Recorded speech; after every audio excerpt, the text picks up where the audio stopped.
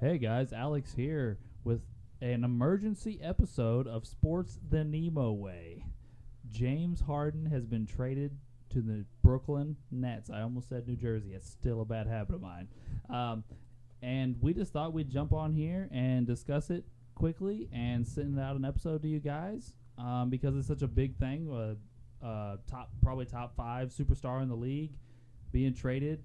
Middle of the season, not something that happens every day, so we thought we'd jump in here and talk about it. We're gonna try and stay away from too much Harden in-depth talk because we will have an episode for Harden later.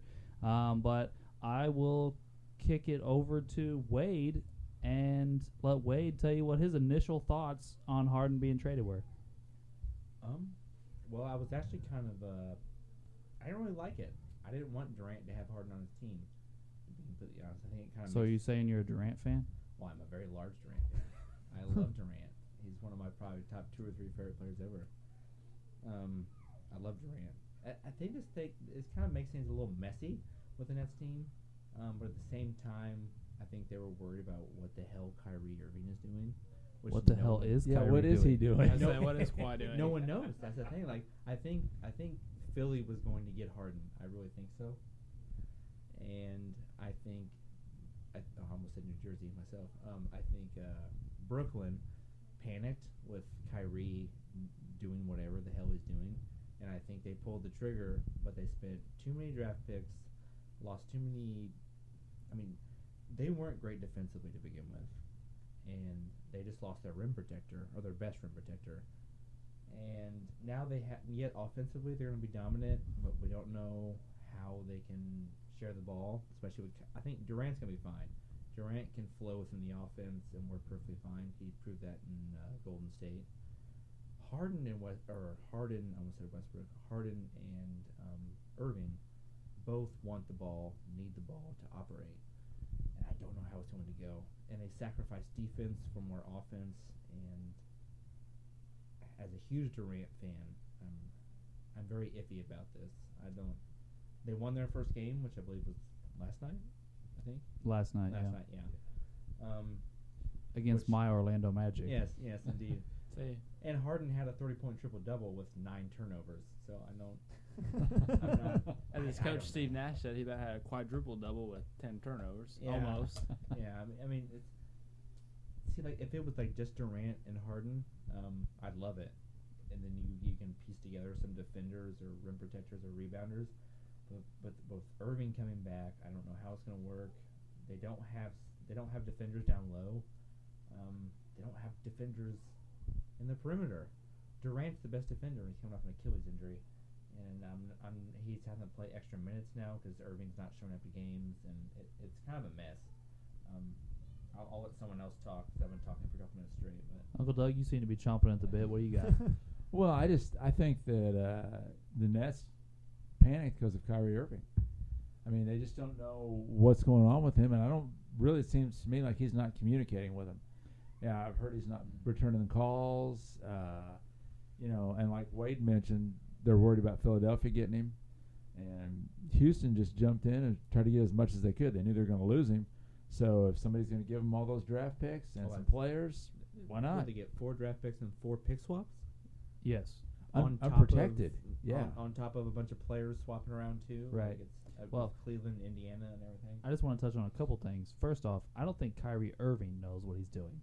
So I agree. The Nets not knowing is a given because Kyrie's a mess. And this is coming from a guy that Kyrie Irving is my favorite player. Yeah. I don't know that I've ever said that on the air yet. And I was happy, like Wade said, that Kyrie and Durant were playing together. I agree. And I was like, oh, Wade and I's favorite players playing together would be cool. And then you add Harden to it, and I kind of feel the same way. I'm like, now it's a mess. It makes things real messy, like legacy-wise, how things work. I just don't think it's gonna happen. Because Clay and Steph and Durant and Draymond is what they're compared to, but we have a bunch of differences there. Clay is a spot-up shooter. Draymond sucks at offense. Steph is obviously a dominant shooter, and Durant can flow within the offense and just catch the ball, turn around, and shoot. You have 2 extremely ball-dominant guys that have to have the ball in their hands all the time. and the best player is the guy that doesn't need the ball in his hands. So he's gonna sit there and look at him like, "You're gonna give me the damn ball. Like, look at me, give me the ball." Durant is the most unselfish of the group, but he's the one that I would think would take the back seat the least because he's the best. That's my point. Like, he doesn't need to take the back seat. If he takes the back seat, they're screwed. He's the best one. Even coming off an Achilles injury, he's the best player. He's the all-time great out of the three. Well, I mean, they all have all-time great potential, I think, but he's one of the most dominant scorers you've ever seen, I think. Mm-hmm. Well, and you've got a new coach, and not just new coach, but not just new to the Nets, but new coach. He's never coached before, trying to manage all these egos and That's the hardest part. ball touches, and it's going to be rough. Go ahead. I was just going to say he was already struggling. I don't know if struggle is the right word, but he was already having a little bit of a hard time because Karis LeVert was pissed off about his playing time and touches. And then Dinwiddie just got lost for the season Yeah, Dinwiddie is a big blow, I think. and everything. That was a big loss for them because their depth took a huge hit with this trade because they traded so many pieces. That's one of your main ball handlers, and then a very versatile guy that can do a lot of things, too. I agree, but at the same time, is there any ball left to be handled at this point? No. Honestly, I think their most important player outside these three guys is now Joe Harris. Well, see, usually I think before the trade, I'd say, but outside of Durant and Irving, I'd agree with you because he's a shooting machine. But they lack so much defense now. I don't know whoever can actually guard play some post defense is the most fourth valuable person. Who is that? Not DeAndre Jordan. DeAndre Jordan got obliterated last Terrible. night by Vucevic. He hasn't been good for a few years now. I thought his athleticism had gone down slightly, but I thought, man, he's still a huge body, big, strong guy. You're not gonna take that guy down the block and do work. They do. They do. I don't understand. I don't know if it's an effort thing or if it's. I don't know what it is. I don't know. Since he left Doc Rivers, it went down really bad. But the other thing is the only reason he's there is because Durant and Kyrie demanded it. They were boys on the Olympic team. That's how it went down. So, essentially, I'm not trying to go there, but I am, I guess. Durant and Kyrie kind of went LeBron on this and said, "You bring my boys in, or I'm going to hold your franchise hostage, and we're going to build a team, and it's not going to make a lot of sense." Well, not only that, but now Durant looks bad because Kyrie is just refusing to show up. So now Durant is responsible for both of them because he's the main guy. So now you have a guy refusing to show up, a guy who can't guard a post in the ground. You got it's Durant, and then Durant's sitting there like still playing. He's playing more back-to-backs than he's supposed to. He's playing more minutes than he's supposed to off an Achilles injury, which is, I would say, the worst injury you can have in basketball. Agreed. And he's playing all these extra minutes because Kyrie's not showing up to play. And DeAndre, you can't keep him on the floor for long periods of time. And your best rim protector, Allen, you just traded. So he's their best defender, maybe their tallest defender at 6'11". I don't care what anybody says. He's not 6'9". He's like 6'11", 7 foot tall. He's probably their tallest, best defender. But he can't guard the likes of Anthony Davis or probably not can guard Vucevic. That's not. I mean, he can guard a 3 or a 4, maybe some 2s. But I mean, it's asking too. They're asking too much. He's gonna have another injury if they don't watch it, and then it's yeah. Well, here's the real kicker: as it comes playoff time, series after series, it's gonna be guard the other team's best player. Make the finals, guard LeBron or Kawhi Leonard. You know, that's where Durant's going. Well, it's if they play the Lakers, who's the best team in the league right now. Right. If they play the Lakers, he has to guard LeBron or Anthony Davis, and who the hell is going to guard the other one? Joe Harris? Jeff Green. Get at it. That's my point. They have to make moves. They have to. They've got to pick up They've somebody. got to pick else. somebody I agree. to play defense. Here's You don't here's want the one thing Durant. they do have going for them. I just read this earlier. I don't have it in front of me, so if I screw this up slightly, I apologize.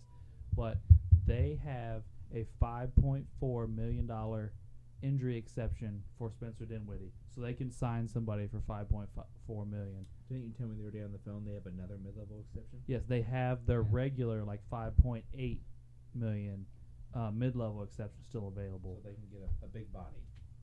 I'm just saying that they should be able to play the buyout market or Yeah, that's what or I said, something, yeah, We talked to this on bring the in phone some, the other day. yeah. And the name that came to mind for me was now that Cleveland has 3 or 4 big men, go get JaVale McGee, who just played a Right. big role for the Lakers, who won the championship last year. He can protect the rim, block shots, and rebound. You know, And you he's don't want not him to do much. expensive. No, he's Yeah. very cheap. Well, and he and Durant played together at Golden State, This is true too. so I didn't he's think about comfortable with that. him. I think that's you have to do that, and maybe try and get a perimeter defender. I don't know how you're going to do it, I think their best perimeter defender at this point is what, Landry Shamet. or Durant. Well, yeah, it depends on how you look at Durant as a It defender. is where he yeah. wants to put Durant, Yeah, because he can fluctuate, but it's I think when Durant's best used as a defender, he's as a shot blocker, weak side shot blocker. he's actually a very good shot blocker. Yeah. He almost led the league a couple years ago in Golden State. He was close to 2 Mhm. a game. Mm-hmm. I don't know how I think he finished like 1.8 or 1.7. Here's the other thing too, and I know he's been skinny his whole career, so it's nothing new. But I don't know that I want him night in, night out guarding all these guys, because at some point that skinny frame is not going to want to withstand all this. Well, that's what I was trying to say. I think I said a couple minutes ago. You don't want someone coming off a torn Achilles Well, that's a whole nother animal. Is the who's Achilles. supposed to be taking off back to backs and having a limit restriction, and they've already kind of thrown it to the side because Kyrie Irving hasn't quit showing up to games, and Spencer Dinwiddie he's hurt, and now so he I think he sat out one back to back, and then he started playing them when he wasn't supposed to because Kyrie Irving quit showing up, so he's already getting. They're playing a tricky game, and they might get screwed. I agree. So the three of us have talked. Well, Wade, Doug, and I. Ray, Drew, you got anything to say? Add? I got one thing to say. So what do you guys think about how beefed up the Pacers are now?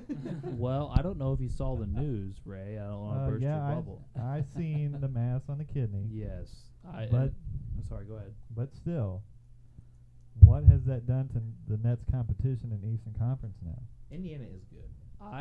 I like a lot what Indiana has done over the last couple of years.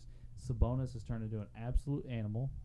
I guess I should say you should thank me because we drafted that fool and then traded him to OKC for Serge Ibaka. But Did you all draft Oladipo too? yes. Who was also there for a long period of time? So the Magic are just Indiana Pacers. Well, if you look around the brothers. NBA, Orlando has a ton of ex-draftees and players that are now like all-stars. I mean, Tobias Harris, we tried to develop him. Oladipo, we drafted Sabonis. I feel like I'm forgetting a couple more guys. Elfrid Payton starts for the Knicks, who were in first place in the East a couple days ago. Well, we drafted Kawhi and then traded him for Paul George, and you see how that I went. thought it was for George Hill. No, we didn't. Was it for yeah, George it was Hill? for George Hill. Okay. Yeah. Because people actually originally got mad that the San Antonio people actually got mad originally when they got rid of Hill. And, Yeah, because they saw him as the heir apparent to Parker. Yeah. and then Parker ended up being good for a while longer, and then Kawhi came on and was really good. So Anyway, back to what I was saying though. Sabonis is playing really well. Brogdon is balling hard. he's been balling for a couple of years now. He's good. Yeah, but this year I think he's playing better than he ever has. And Turner seems to be pissed off about them turning the reins of the team over to Sabonis and him being all these trade rumors, and he is trying to block every shot in the league right now. And he's He's been at like- trade rumors he's for at- 2.5 years. He's at like 5 a game. yeah, I know his blocks average is asinine right now. We're forgetting one of their forwards. T.J. Warren. Yeah, there you go. I think he's hurt right now though, isn't he? Yeah. He's not playing currently, but when he Oh. comes back, they'll be deep. They got both the Holidays coming off the bench. Well, the lesser two Holidays coming off the bench, but they're both nice players. I like them both. I loved Aaron Holiday in the draft a couple years ago. Justin's a nice player off the bench. McDermott's been playing really well for him Yeah. off the bench. He's put 20 up like every other game. Yeah, he's just shooting, doing his natural thing. People tried to make him into something he wasn't when he came into the league. They just let him shoot. But anyway, I like what Indiana's done. I hope nothing's seriously wrong with Karis LeVert. They did find a mass on his kidney. So he is now out indefinitely, is what they're listing him as. And I feel awful for him. If it's something serious, let's hope it's not. But if it's not and he's able to come back and play, I think Karis LeVert could be a great pickup for you guys. Oh yeah. I think Ray's a Pacers fan, if we haven't said that already. Boom, baby. I think if Karis LeVert, obviously, if the I think the kidney isn't a big deal. I think that'd be a big. They have 4 or 5 weapons they can throw at you that you have to defend, and that's hard. As long as egos don't get in the way, because Well, Karis LeVert just got pissed off about touches when he's playing with 2 superstars. Well, the biggest ego on Indiana up until now was Oladipo, and they just got rid of Oladipo. But I mean, No, I think that's a good thing. They just got rid of their biggest Right. problem and then replaced him with Well, I think that was more natural, And he's in a because he contract was the year. best player on the team. He got hurt, and now looks to be returning to form. And they're like, no, Sabonis is Was the he best though? player on the team now. Was he returning to form? He shows signs of it, but I feel like he also falls off sometimes. I mean, last year he was not. Last year wasn't even close. He was bad last year. I'm saying this year, like I think he's averaging 20. Oladipo, like- yeah. yeah. He has signs. I feel like he has some really good games, and he has games where you're looking at him like, that could be though the team pushing things more towards Sabonis and more than everybody else does. So that I don't know. But I guess what I'm saying is it used to be his team. Now it's not, and he was a little pissy about it. Yeah. I get it. You got hurt. It wasn't your fault. But now I would say getting him out, he's on whatever happens in Houston. We can get to them in a second. But I think LeVert coming in as the outside guy may not have those same feelings, I guess is what I'm saying. That's actually what I was Right. going to bring up was we can hit on Houston before we wrap this up. What do you think about how Houston came out of all this? I think Houston came out pretty good, getting Oladipo and all those picks and everything with John Wall and DeMarcus Cousins and all that. Well, I like their collection of talent, but they got 2 guards that can't shoot now. And this is a shooting league. But they also got rid of their big problem, James Harden. Well, now that they're going to rebuild. That's all there's to it. So They're going to rebuild. they're looking at John Wall, Victor Oladipo on the last year of his contract. He is a free agent at the end of the season. PJ Tucker, Christian Wood, and Boogie, or what is the shell of Boogie Cousins. Boogie Cousins was just a cheap grab. John Wall was just a return on getting rid of Westbrook. Wall's playing well, though. No, I'm not saying anything bad about him, but That's your boy. no, I love John Wall, but they had to get rid of Russell Westbrook, and they wanted something in return. So they took a gamble on, again, a torn Achilles that was John Wall, but as a 30, 31, he's not going to be your building block of the future as you're rebuilding. So they're going to have to do something with him. He's not staying there. There's no way he can stay there. Wall? You going to move that contract a second time? I This- mean, no one thought the Wizards could move him, But I mean, They did it. literally, they had to swap Supermaxes to get him moved. I agree. I mean, who else you gonna swap him for? Blake Griffin now?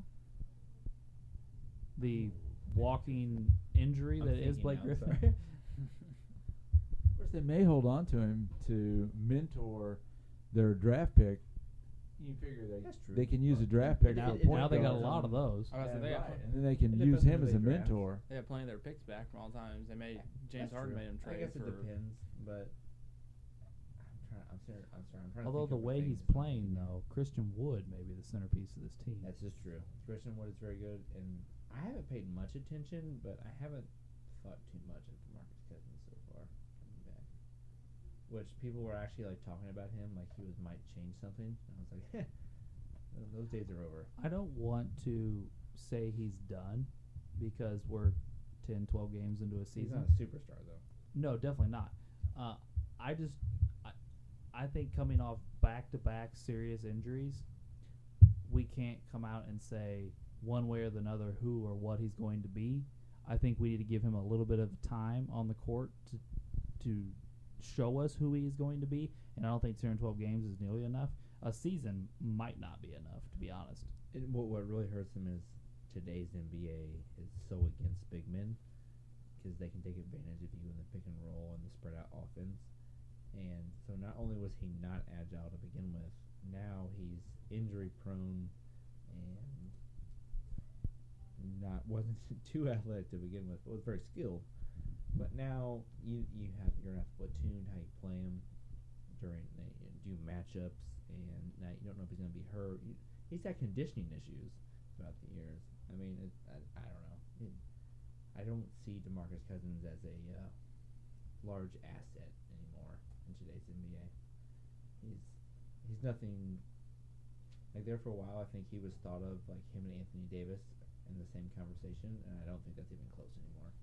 I agree. And over history, I'm sure we can all agree, lower body injuries in big men don't go well. No, that's the worst. No, that's the kiss of death for a big man. As Drunas Zagauskas.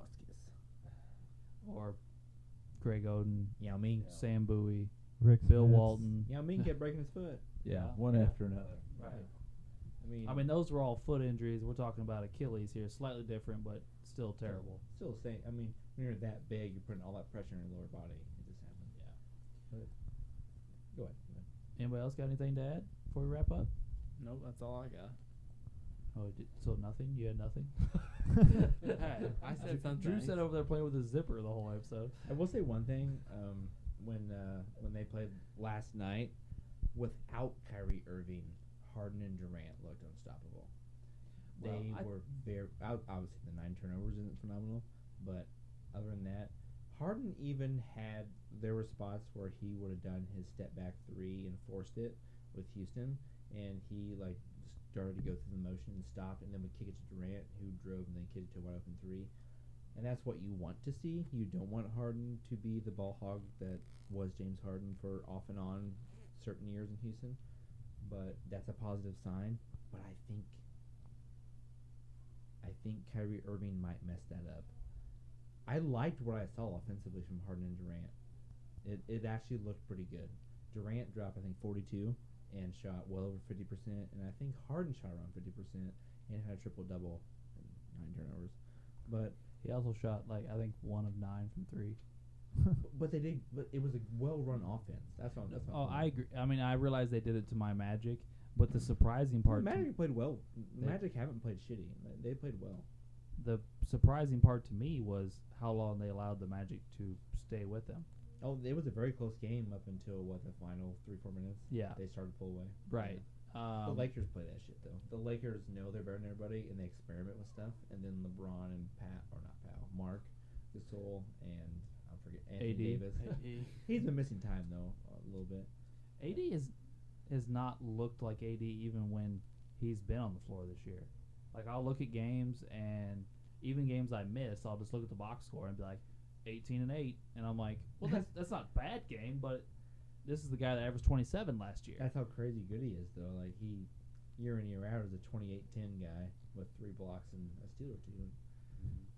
It's interesting. But my point is, the great teams, which right now the best team is the Lakers. I'm not trying to say the Nets in one game or just because the Lakers. The Lakers are the best team in the league.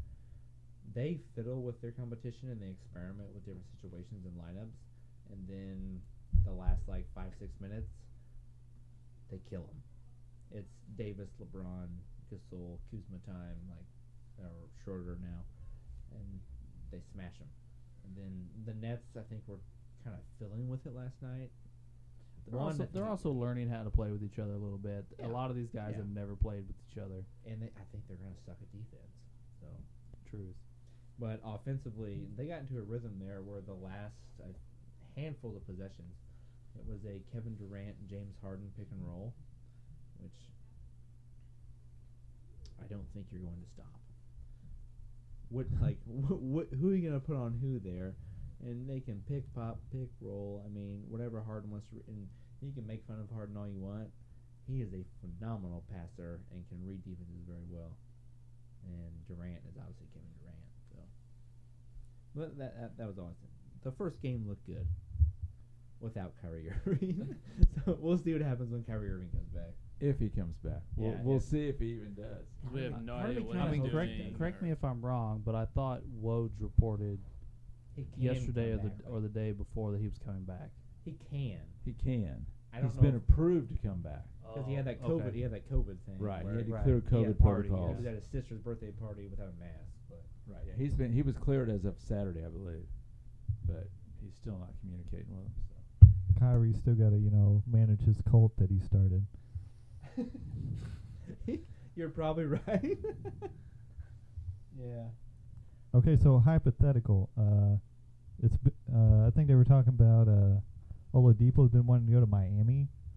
Is I that read that. Yes. so? If Houston ends up trading him to Miami, does that make Miami better or Miami worse? We don't know. It depends on the trade. Well, is it a trade or is he just going to go there in the off season because he's a free agent? Well, they talked about He off wants to go there season, right but now. I don't know if Miami wants to wait. But Well, Miami's been playing like crap, so they may want to make a move. But I don't think I think Miami's just worn out from the bubble and then starting a month later. maybe. My thing is obviously you're not giving up Butler. I don't. If I'm Miami, I'm not giving up Tyler Hero for anything. Or No. Duncan Robinson. Like when, Duncan Robinson Those is are their trade pieces, though. Their trade pieces are the young guys, Hero and right, Robinson. and who you don't want to give up. Adebayo. Oh, they Yeah, just signed him. don't- They just signed him to Oh, a yeah. max. He's not Yeah, going to give give up up. Adebayo. No, that's what I'm saying. Is that and Adebayo, as in like he's the other young guy they don't want to give They up. signed. Didn't they sign him to a max? They just signed him to a max. Yeah, like a 190, I think. Yeah, It was something crazy. him and Ingram It's gonna be hard and to move him now. somebody else signed. But all Hero of and that draft Duncan are class. the main trade pieces. But at the same time, the way they played, either deep down into the season and into the bubble, you don't. Especially, I love Tyler Hero. Tyler Hero is amazing. Duncan Robinson is a shooting fool, but I think I don't know. I like Hero more than Robinson, but they're both very good assets. I don't know. Maybe somebody out there really likes Kendrick Nunn. I mean, he started for him, was one of the Rookie of the Year guys last year, but he doesn't play anymore. I don't know what happened. He just got in the I don't doghouse or think what. anyone's going to give up Oladipo without getting Hero or Duncan Robinson back, if not both. Then I wouldn't do it. Well, Personally, That's what I'm saying, yeah. maybe to That's what be they're going to want, though. be down to cash considerations and probably draft picks if they even go that deep. I don't Yeah. think he goes to Miami until next year. No, I don't think he's leaving.